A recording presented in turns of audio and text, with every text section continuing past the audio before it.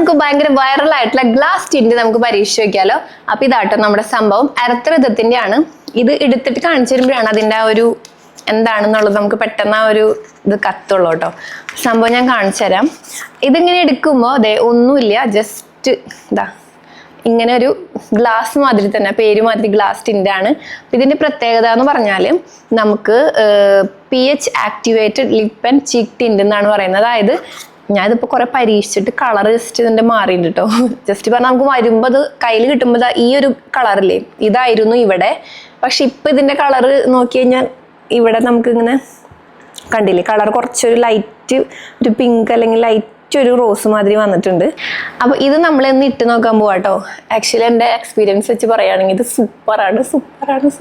അത്രയും നല്ല അടിപൊളിയായിട്ട് നാച്ചുറൽ ആയിട്ട് നമുക്കൊരു ഗ്ലാസ് ഗ്ലോ ഫിനിഷ് ആയിട്ട് തോന്നിക്കും.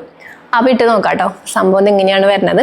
അപ്പൊ നമ്മൾ ഇതിൽ നിന്ന് കുറച്ച് നമ്മൾ ജസ്റ്റ് ഇത് മാതിരി ഇങ്ങനെ എടുത്തിട്ട് നമ്മുടെ സ്കിന്നിനനുസരിച്ചിട്ട് ഇതിൻ്റെ ആ ഒരു കളർ വരുന്നാണ് പറയണത്. കളർ കണ്ടോ, നമുക്ക് എവിടെ ഇത് ഇടാന്നൊന്നും ശരിക്കും പ്രോപ്പറായിട്ട് അറിയില്ല. എന്നാലും നമ്മളിത് എവിടെയൊക്കെ ഒന്ന് ഇട്ട് നോക്കാം. നിങ്ങൾ നോക്കി കഴിഞ്ഞാൽ അറിയാൻ പറ്റും. ടടാ, അതാ കണ്ടില്ലേ നമുക്ക് ആ ഒരു.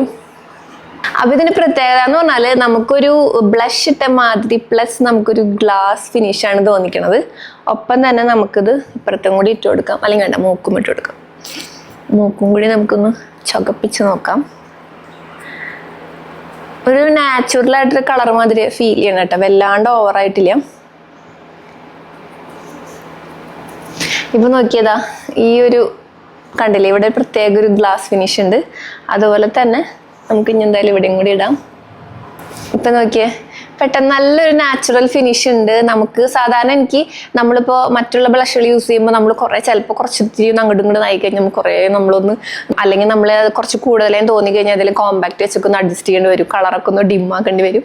പക്ഷെ ഇത് അങ്ങനെയൊന്നും ഇല്ല കേട്ടോ. ഇത് നല്ല നാച്ചുറലായിട്ട് നമുക്കൊരു നോ മേക്കപ്പ് ലുക്കിനും അതുപോലെ തന്നെ ഒരു ഡെയിലി മേക്കപ്പ് ലുക്കിനും ഒക്കെ നല്ല അടിപൊളിയാണ് കേട്ടോ. അതുപോലെ തന്നെ നമുക്കിത് നമ്മുടെ ലിപ്സിലും ഇടാം.